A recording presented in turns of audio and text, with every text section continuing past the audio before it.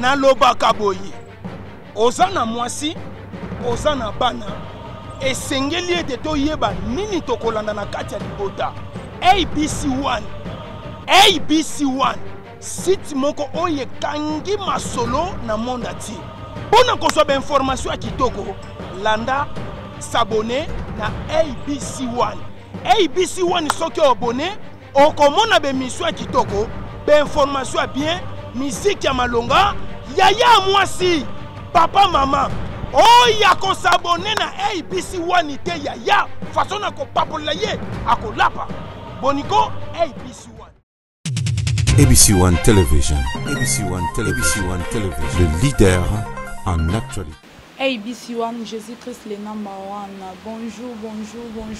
Na balandi nyonso ya émission oyo découvrons ensemble oyo ezalaka elekaka bongo na site na bino bolingaka mingi oyo nazobondela abonner vraiment massivement ABC1 ici bonzambe awa bonzambe na bonzambe soki nzambe te mosusu azate, je vous prie vraiment de vous abonner, abonnez-vous massivement bokolanda émission oyo découvrons ensemble na 4 émissions oyo tolakisaka bino ba détail ba makambo ebele bo découvrir ka ba makambo ebele ba via ba scène na nzambe ba via ya bato ebele ya basi ya ba scène na nzambe basi tolakisaka bino ndenge nini ba makionezo salama tolakisaka bino ndenge nini ba faux prophète tolakisaka bino ndenge nini ba vrai prophète bazo sala misala vraiment na kati ya découvrir ensemble tolakisaka bino tokenda poto kala ndenge nini kine tikala tomemaka bino tina ba matadi na ba boma na ba lubumbashi na cadre émission oyo découvrons ensemble oyo ezalaka bongo présenter na nga moko ser na bino merveille makina.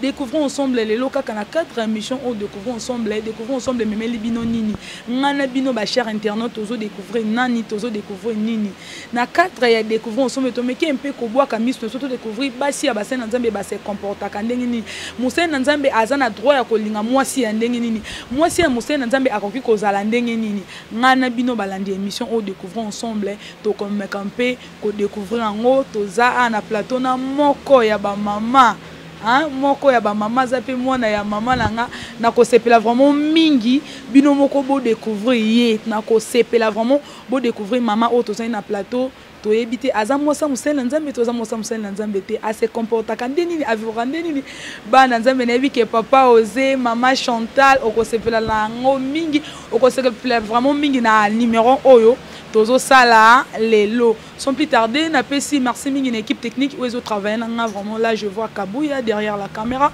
je vois notre cordon Jimmy vraiment na balandi nyonso vraiment émission oyo découvrons ensemble sans plus tarder je suis là avec la maman je m'en vais vite lui saluer bonjour maman. Bonjour Yaya, merci beaucoup maman na batu balandi au première fois émission découvrons ensemble va découvrir maman nos présentations et tout. Je suis messagère du Seigneur Jésus-Christ à ces temps de la fin, épouse du prophète Jérémie Kalama, qui dirige l'église La Mission Évangélique La Bonne Part, mère de famille. Voilà, merci. Merci beaucoup, maman Jaël Kalama. Je ne sais pas si on peut prier avant de commencer. Seigneur Adonai, toi qui as un trône éternel, le fondateur de tout ce qui existe, notre Père, comme le Seigneur nous l'a appris, nous te bénissons pour ces moments, Seigneur. Seigneur, je prie, oh Dieu, que ces moments soient bénéfiques pour la vie à oh Dieu. Cher Saint-Esprit de Dieu, toi qui accordes la sagesse à l'intelligence, souffle-nous, Seigneur, la volonté du Père, afin que nous puissions le communiquer à ton peuple qui nous suit d'un peu partout. Au nom glorieux de notre seul Seigneur et Sauveur Jésus-Christ de Nazareth, que j'ai ainsi prié avec action de grâce. Amen. Amen. Vraiment, moi j'ai Kalama. Tout entamé dans la carte sujet. Mais avant tout la carte sujet, j'aimerais vous poser une question, une petite question. Tout me un peu de koyeba, maman Jaël, en dehors ya kobala musena nzambe beaucoup tanaki na ndenge nini. Et puis yomoko, est-ce que vous allez ici à famille chrétienne ou comment?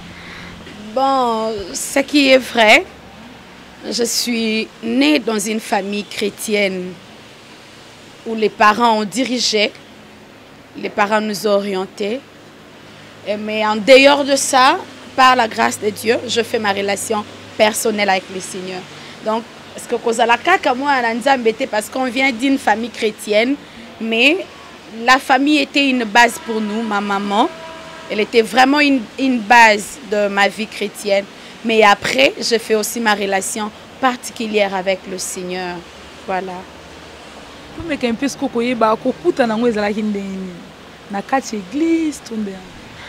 Bon, ma relation avec mon mari, ça a commencé comme toute une relation.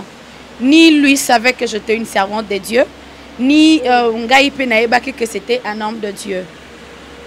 Mutuna mutazaki ko évolué na église naie, moi dans ma famille, to lingani normal. Et tant que bandi ko se découvrir, oh, c'est alors que ndeto tunanaka, est-ce que tu me parles de toi? Il a commencé à me dire, voilà ça ma vie, je suis un homme de Dieu, regarde ceci, regarde cela. Et c'est comme ça qu'on a évolué. Et voilà, on a commencé d'abord une relation amoureuse, comme toute autre relation.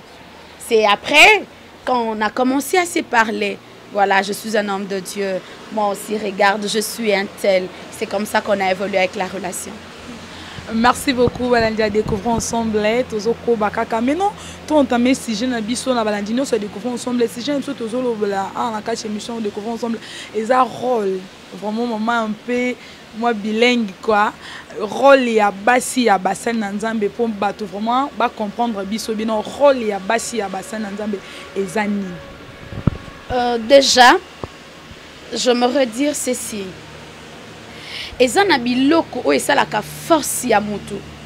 Eza eloko mutu abotami nango. Ce qui est naturel, mutu asalaka ngo forcer te, pas trop de beaucoup de choses. Et ya lisese moko ya bande kona biso maye balobaka. Lorsqu'on chasse le naturel, il revient au galop. C'est-à-dire eloko eza ndenge ya mutu, soko benga nyango ezongaka makasi. Donc par là déjà j'aimerais dire ceci. Épouse d'un homme de Dieu, c'est une vocation, c'est une qualité innée. Pourquoi je dis ça? Parce que un jour, un homme de Dieu, un homme que j'aime bien de la Bible, voulait choisir une femme pour son fils, Abraham. Agirait ça, Eliezer, Abi, jure-moi que tu n'iras pas choisir pour mon fils moi si yamboka mususu kaka yamboka nangai. Au fait, Abraham en lui, il voulait dire seulement une leçon à nous donner que namboka na yewana akuta na moi si le quoi yaye Sarah. Voyez? Abi ke namboka nanga wana na culture na biso toye kola ndenge nini ba vivaka. Toye bindenge nini ba parents na biso ba inkulu kaka bana na biso ba manière ya kofanda. Alors pour mon fils, va voir là-bas.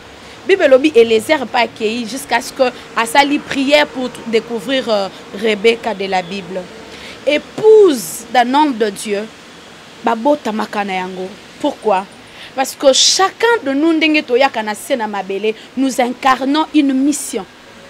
Cet homme de Dieu que tu vois là, na sena mabele, il est venu avec une mission que Dieu lui a donnée. Alors, moi si Azo bala, Azo ya pour l'aider. Pour accomplir l'objectif parce que moi j'ai choisi mon serviteur Jérémie Kalama pour le bien de son peuple. Alors Jaël na côté à Kalama le prophète nous collaborer ensemble pour que Moussalo Nzamba ait avancé. Voilà pourquoi on remarque makasi ya Rebecca tango na katanda kwa libala instruction tanga komi na zemi bu ça ne marche pas na libu mubana ba bunda. Il est allé voir le prophète lui dira voilà échographie na ye oye ko sala zoebisa que dans ton ventre il y a 2 nations qui se battent et la plus jeune dominera sur Oasamukolo. Mbala moko Rebecca, mission ya Nzambe na vie ya Isaac ozaki que bana wana mibale bakozala ba grande nation, c'est ce qui a géré cette mission, c'est Rebecca de la Bible. Donc épouse d'un homme de Dieu, babota makaneango. J'aime encore cette femme, j'aime Séphora de la Bible, l'épouse de ce grand homme de Dieu de la Bible, Moïse. Oyebi que Dieu vient parler à Moïse après ses missions. Alors, tu iras délivrer mon peuple, tu feras ceci. Mais na butu nango Bible obi nzamba aye ko attaquer Moïse abomaye. Mystère à makasi tellement que Sephora azala ki mwana ya prêtre, mwana sacrificateur. Alléluia. Mwana ya sacrificateur. Ayebi ba stratégie tellement na kati na inanda kuna bango, on les a appris. Ndenge ni makambo bonzambe ezalaka.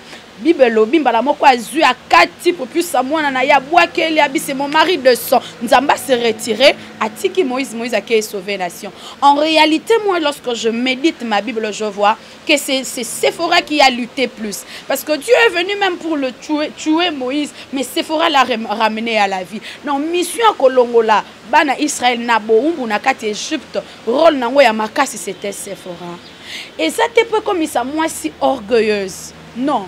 Nzamba yebi na kati ya moi si aza tellement na ba potentialité à makasi yango akabela ka soumission ayebisa ke na yebi kokoko bunda bitumba ya makasi mais salaka ngo na kimia salaka ngo na kokita.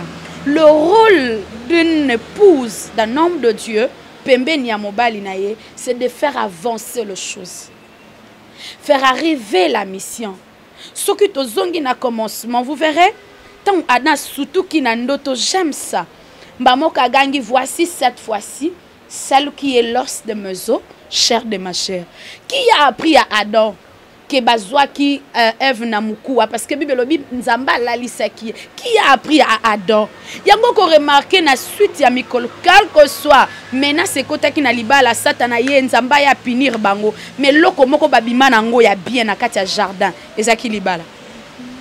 Lit nyonso débat nyonso combat nyonso bakute na onda le jardin nzamba privé bango esika kofanda ayibisi bango bokolia na pasi ayibisi bango satana ko boko yona mwasi botikali binemi pour toujours mais quelque chose de précieuse oh babimi na dans le jardin batikalo divorcé té obi batikalo divorcé té pour anine batikalo divorcé té seulement parce que Adam au début de sa relation amonana no chair de ma chair té. Parce qu'au début de sa relation, Adam a commencé de toucher ce que l'œil ne voit pas.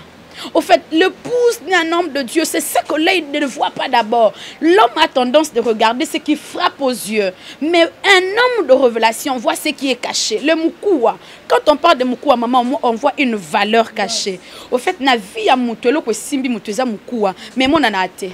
Muku asoke ko mona ne komi pota e komi mbaso e komi maladi ya makasi muku amoko ka emona na kana nzoto ya mutu nyonso ezaka minu nyonso etikala ezaka caché moni ezaka caché donc c'est-à-dire muku ya munoko ya minu po minu ezaka mikuwa emona na kaka pour que sunga mutu na maloba na ye mais muku ezaka caché emona na kate mais Adam a commencé par découvrir ça d'abord.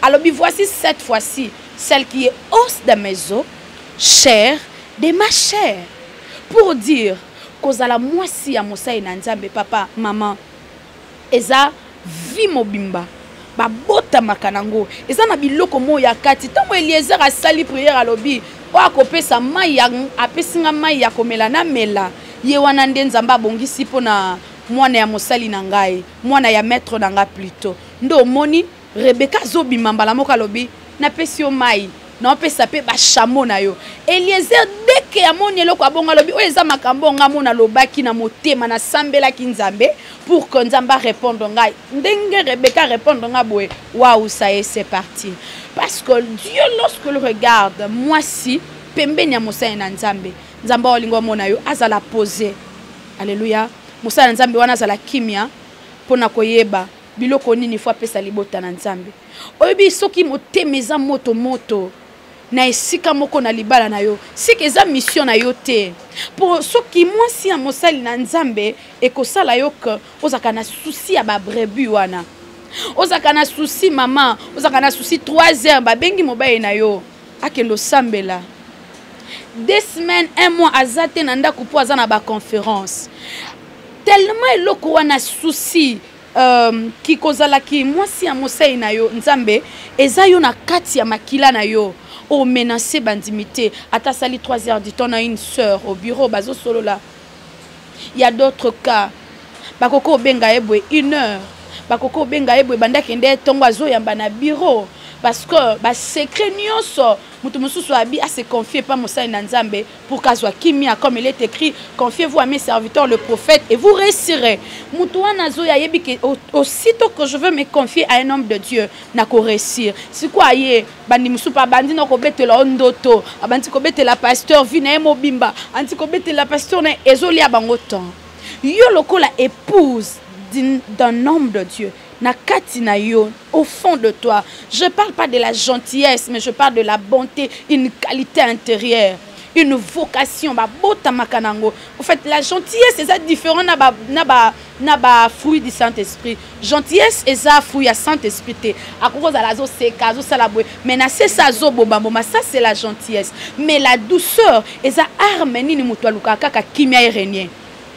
La douceur, ce n'est pas le fait qu'il y a kolobaka voana sec, kolobaka malembe, ce n'est pas ça la douceur. La douceur est ça kolukaka lukaka kimia na bandimi wana, na peuple wana, na libota wana, parce que la mission que le Seigneur a donnée et pas à mobali na yo wana zomona, nzamba zo ngande batu babika. Parce que le rôle du Seigneur Jésus, c'est de donner la vie aux brebis. Le Seigneur Jésus dit je suis le bon berger.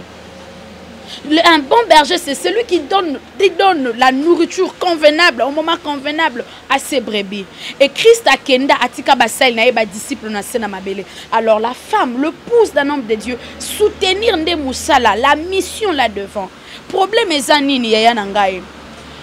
Mosali na nzambe abali fio na kati na ye, il faut à la politicienne par exemple.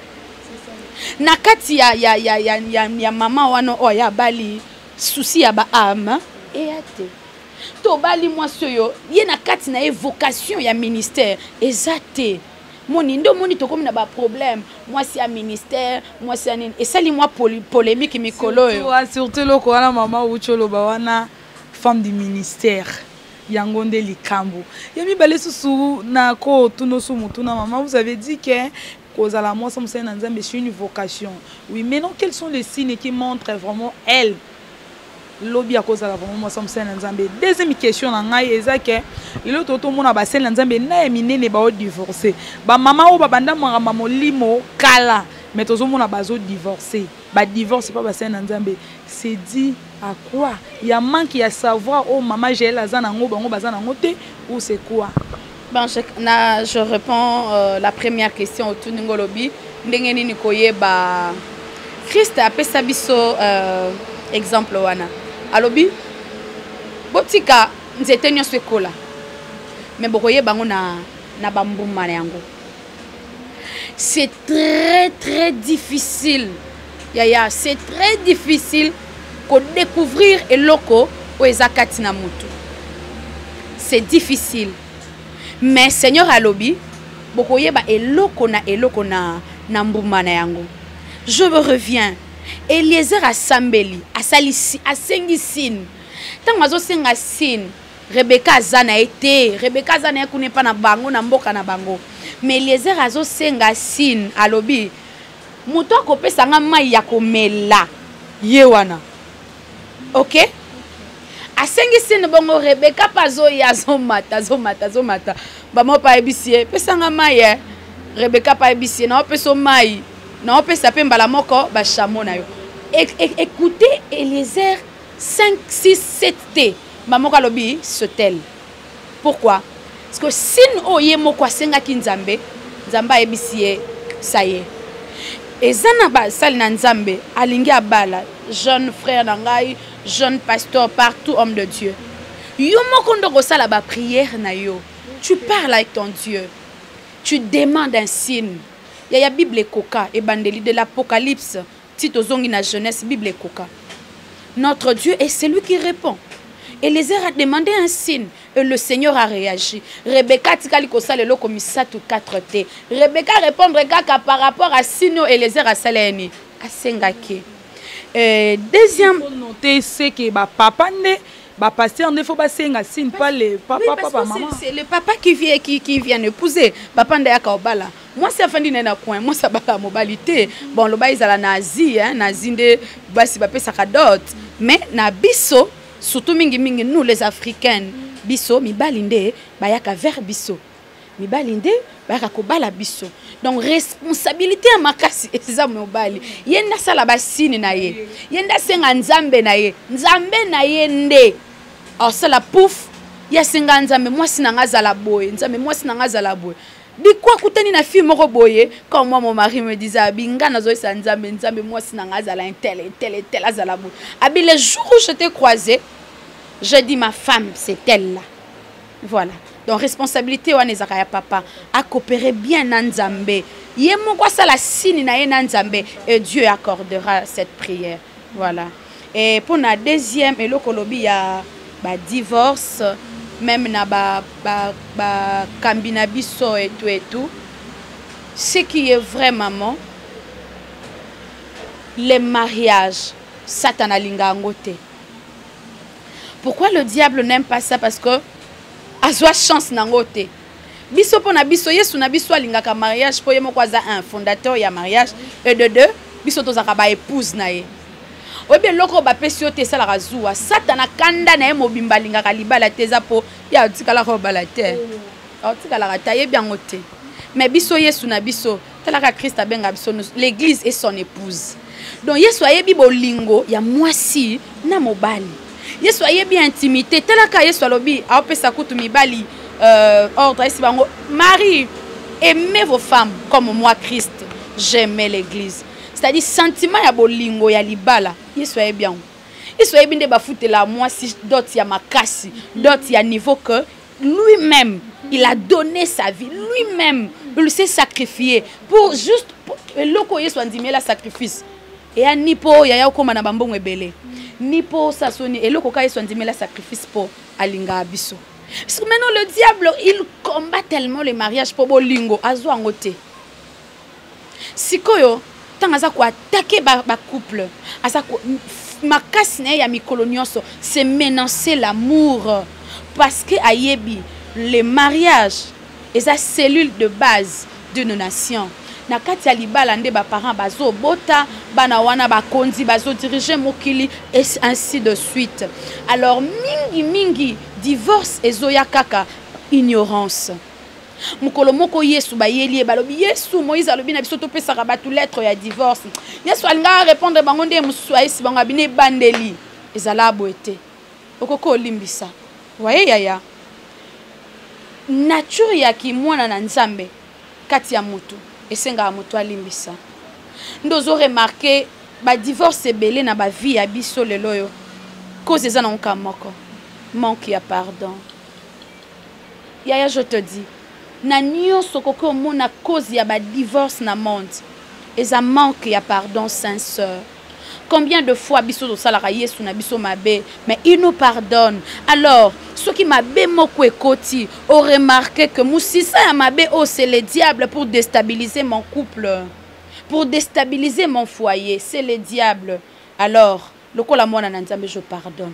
Oyebi pardon ya mwana na nzambe quand il pardonne, il oublie, c'est effacé. Tu vois? Alimbisi mobali na ye, to alimbisi mwasi na ye. Abosani. Si ko Satan ande mutu mabe, baselele ngona phrase ke ko limbisi za ko bosana te. Imaginez comme c'est méchant. Moi si na sali mabe. Oui, est-ce que ko limbisa te? Mukolo moko beba ebisi Yesu balobi. Yesu apesi si salobi. Na mutu azaki na nyongo ya ebele. Na mutu azaki na nyongo mukia. Mukolo nyongo alobi bino mbale bo futa te. Nano zanesem. Ba disciple etungisi bango etungisi. Ngai na kondima na répondre. Mutu azaki na nyongo ya ebele yenda kozala motema ya kokita. Loko moba eno asali mabe ebele, to mwasi no asali mabe ebele. So limbisi okitisi ye. So ko limbisi bo sala parcours malam. Donc cause ya ba divorce eza manque ya pardon. Oh, cause ya divorce lelo eza manque ya pardon comme l'a dit maman Jaël Kalama. Maintenant maman Jaël, comment vous faites pour gérer ba makam dijar ba jalousie ndeti ndongo tolo bana ke appelle ekokote la papa na iner eza moko ya ba makambu ezo boma ba couple ba divorce ya onze comme mema bango tina ba divorce appelle na iner ndeti ba journaliste bana basi bazana contacter na papa zo yamba mama libanda papa ko lingata ou melana mama na bureau maintenant étant que maman Gaël au Gérard ba makambo wana ndeni et puis attente na ona bana na église bozalaka nango ndenge nini. Wow, donc je dirais ceci. La jalousie, c'est un sentiment noble. Oui, ça la âme. Âme, on peut trouver la peur, on peut trouver la joie, on peut trouver aussi la jalousie. Par définition, jalousie ezakaka lingite baboto la yo to ko bungisa eloko na yo lingaka mingi. Voilà. Déjà par définition, ezolo banabiso que c'est pas eloko moko iyamabe makasi. Eloko eze yamabe eza soke komi excès. Alléluia. Parce que jalousie ezaka sentiment moko ezolo bananga que je veux que mon homme soit à moi seul. Je veux que Olia solo la mingi, je veux qu'il me donne le temps qu'il passe beaucoup de temps avec moi et tout et tout. Mais Kobo sanate na jalousie nanga wana, le monsieur là, sa mission vi nanga peso faire partir. Par exemple, to solo les solo ya téléphone. Bandimi wana ba obenge na téléphone. Bandimi wana baza pe bandimi ya yanga ino lokola maman na bango. Sikoyo mabe po amsusu baza abanvoyer atene ya ba bayaka kaka pona ko bebisa et tout. L'épouse d'un homme de Dieu. Yo travailler na jalousie na yo, hein? Na ba qualité na yo obotama nango. Ya ko sa makambu proprement. Voyez? Ce qui est troublé mundimi wana ko ya pesa qui envoûté, mais nzamba tindi pembeni po abika. Je te dis mundimi wana ozomona wana sœur wana zoya yozo kanisile ka abima na mabali na moi pose. Ah on a évité, je sais pas. Pour émission tozo sala devant papa, je sais pas maman Gaël. Olobi mundimi wana za envoûté, mais au permettre à poussana. Mundimi wana za envoûté. Ce qu'on a na délivrer si mobile no pasteur. Mundimi wana azana ba mikolo ba nini ba oya mai wana ba badali bo non ba sirène des eaux aza sirène des eaux aye pona ko séduire mobali nanga aye pona mais soka aza sirène des eaux aza molimo séduction nana pas melay si pasteur si muto pas je te dis yaya je te dis si sirène wana zomona mutako pas melay eza pasteur. Si koyo mama pasteur vol na ye yango zolobela ngai tango nazo sambela. Quand je prépare pour mon mari, je prie. Quand je nettoie ses habits, je prie. Quand je suis pendant mes périodes, je prie. Je sanctifie mon mari. Ya yeza bibali mususu basimba kate. Tu te rappelles mon kolomoko boy pour bali basimba moi ça bato mosakoli, moi ça bato nzambe bazo simba sara. Bebe lobi mokonza mboka zuye pena bakomo kende na tan butwango. Nzamba ye pemela, nzamba ye pamela mokonzi. Abisi attention. Ya yeza na scène mabele. Mibali mosusu pena tibo koti na chambre. Tibo longoli bilambo osimbate. Nzambe ya yo, en fait l'intimité de toi sa femme. Je ndeni koko mati mobali na yo abimi na 7 8 10 20 mobali na mosala nzambe ba sirene ngo seke balongi nzambe na yo. Nzambe ya Bible nzambe na yo akoko yo menacer sirene wana ata na pongi. Abisi keba kuna ko simbate. Nzambe na yo akoko yo menacer koko frapper. Dieu marche comme ça. Au lieu que yo lukaka ndenge ni yo moko venger garder son koko batela été. Ndengenga jeune alobakabo aucune femme aza capable de chanter mobali c'est-à-dire kanga mobali na nyos. Non, azamutu il peut apprécier non. Akoko apprécier. Oza la plus belle du monde te. Akoko c'est pas sœur azaka bien. Akoko apprécier. Mais siko nzambe na yo. Alléluia. Nzambe na yo nde abando kote na makamba bongo. Ndo mona soupe boye. Mobali kuto s'intéresser na été. Vous voyez? C'est Dieu qui agit comme ça. Ndo mona mutu msupa yaki na kanisia mabe ba évoluer pe msupa mona ba évoluer pe na texto. Alléluia. Ba évoluer pe je msupa je t'aime na texto. Je msupa pasteur soko te na mona aka nitika et koki pe quoi arriver. Mais okosutuka ton Dieu. Toi tu n'as pas le problème avec ton monsieur, tu as le problème avec Dieu. Pour nzam ya nzamba yeboko te la batu. Nana ngako kote la mutata na ndoto alandi. Nzamba kokote siko yozo monate. nzamba ko gangela sœur wana nesika o bando critiquer ye esiko bando créer ba problème nzamba ko côté là. Donc la jalousie est un sentiment moko normal. Exagération nango ndebe maka satana et me maka chute ya église. Sœur wana frère wana mutu wana ya mabozo mona wana azwa lobiko wapi? Si azwa lobiko wana mutu mususu kutu tango yebongo na makanisi ya mabetanga za sauver. Okomelie marraine dans le foyer. Olio bengana ye, boso bengani ye. Yesoya ki ndepozwa ba brebis perdu azongisa bango na nzela. Voilà. Merci beaucoup, Maman Gel Kalaman. Non, mon quoi ange, je sais pas mon makina. Mambolo, c'est ma toute première fois quand moi sindé azolo bango. Je sais pas, papa osa ya kopambola mama kasi. Nga fona kenda fona za onction oyo. Maintenant, Maman Gel, toujours kende vraiment dans souka émission. Oyo, il faut payer sa conseil. Au payer sa qualité, au payer sa conseil na basa basa na nzambe nini o ba koki vraiment ko sala pembe na mibal na bango. Je lance ce message. Femme, femme, femme. Moi-ci, toute femme n'est pas faite pour tout homme. Ça, je me remets me le répéter. Toute femme n'est pas faite pour tout homme. Titre Babenga yo momi, Queen Mother, Maman Mokondi, Nani, c'est bien, ya Moussa Nzambe. Moni mo ba flair wana ba benga momi. Oui. Privilège wana. Eza mabete. Eza malamu, c'est bien. Privilège wana être appelé momi, Queen Mother. C'est une lourde responsabilité.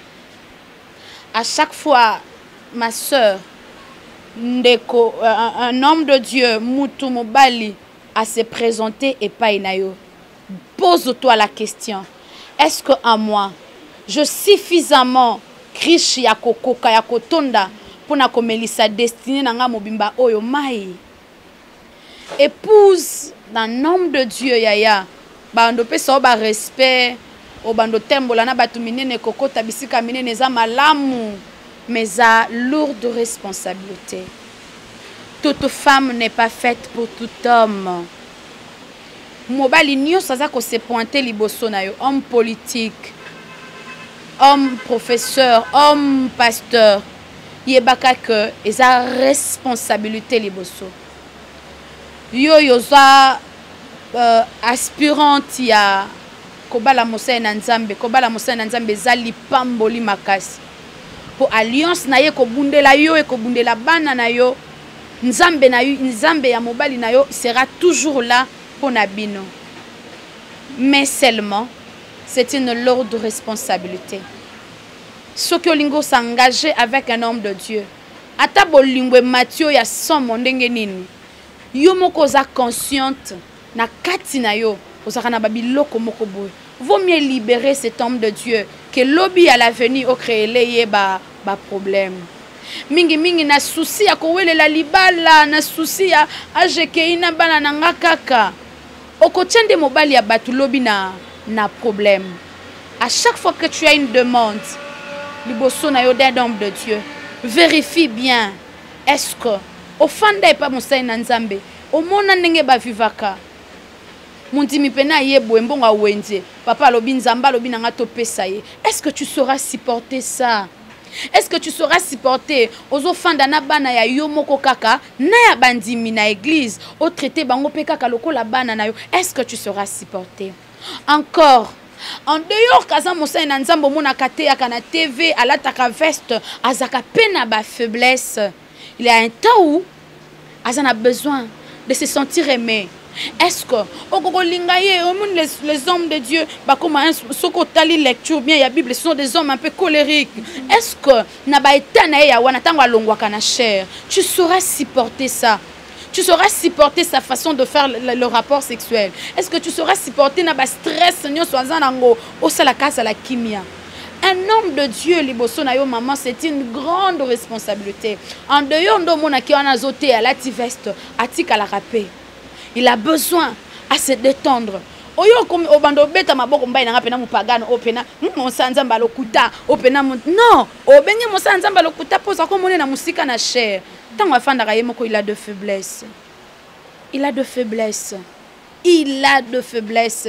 Or ba faiblesse wana siko mutu muswa ko bomba wana mokili azate seulement sa femme. Alors sœur yo zoba babengaka yo momi eza malamu tu sauras supporter ko bomba ye. Tu sauras supporter tant ou menace eye au kata propus au bois que la ena nzoto ganga c'est mon mari de sang. Tu sauras supporter tant où y a sali un mois au sambelate yozala en chaîne. Est-ce que tu sauras supporter après sur l'engagement est choqué comme le je veux divorcer en tout cas kutu ma solonia sur la chambre comme au beta libanda. Est-ce que tu sauras garder vie na et intimité? Est-ce que tu sauras garder secret na ye ya katiwana? C'est ce que je lance cet appel à chaque fois qu'un homme de Dieu vient frapper et demande à bolingo na yo. Toi femme, vérifie au fond de toi si tu as assez de bonté pour assumer cette responsabilité. Merci. Merci beaucoup, Maman Jaël Kalama. Nati Kali, hein, des dédicaces et votre numéro de téléphone, soit le numéro de papa. Si ça dérange. Beaucoup de bisous à mon mari. Oh, je l'aime tellement. C'est mon coach. C'est mon pasteur, c'est tout à la fois. C'est mon pasteur, c'est mon coach. Tout ce que je fais, c'est dirigé par lui. Nabengake mikolo microscope, nabisi nabi, nabengake microscope. Dans le sens que, obi cause na microbe na maboko, mais moi na misu et ate. So ba tchelo machine, ba tchelo la parole bien microbe ezao. Donc ce que je suis aujourd'hui, c'est mon mari qui le découvre jour pour jour. Donc c'est le prophète Jérémie Kalama, le visionnaire de la mission évangélique, la bonne part. Je salue tous les hommes de Dieu, les prophètes Réma, les prophètes Lévi, les hommes qui sont là, qui entourent mon mari, tous les hommes de Dieu, mes enfants, ma famille, mes parents et toute la famille chrétienne, Église Corps. Je vous aime tellement. Daddy, Gaston Swedi, je vous aime tellement. Donc, toute ma maison, que le Dieu du prophète Jérémie Kalama vous bénisse. Et pourquoi vous, au Salingaï, je suis gâtée. Merci beaucoup à vous et à toute l'équipe technique. Merci beaucoup, Maman Jaël Kalama. Comment on va découvrir ensemble et tout à qu'on peut découvrir Maman Jaël.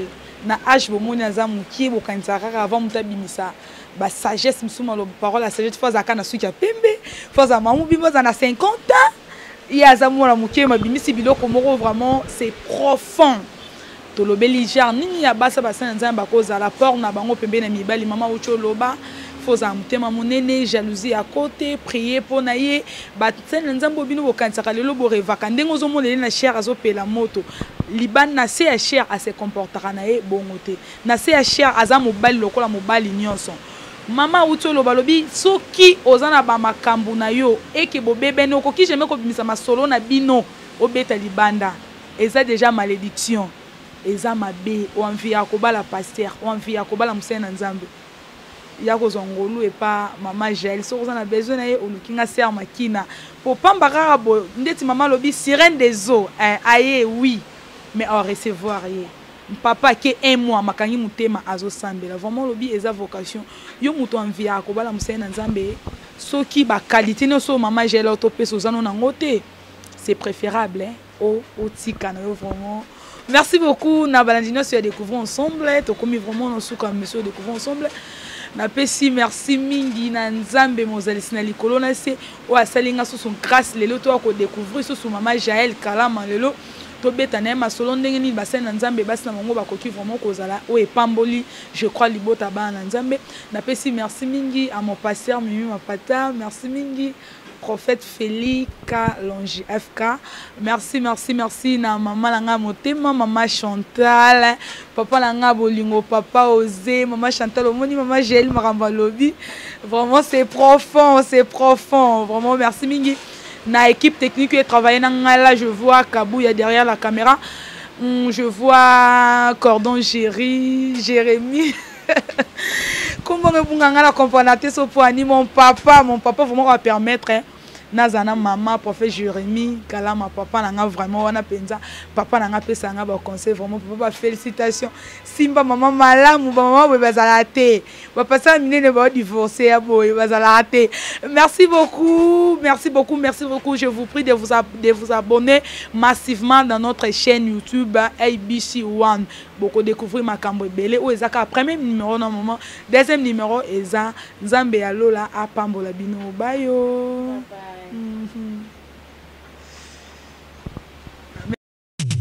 ABC One Television. ABC One Television. Le leader en actualité.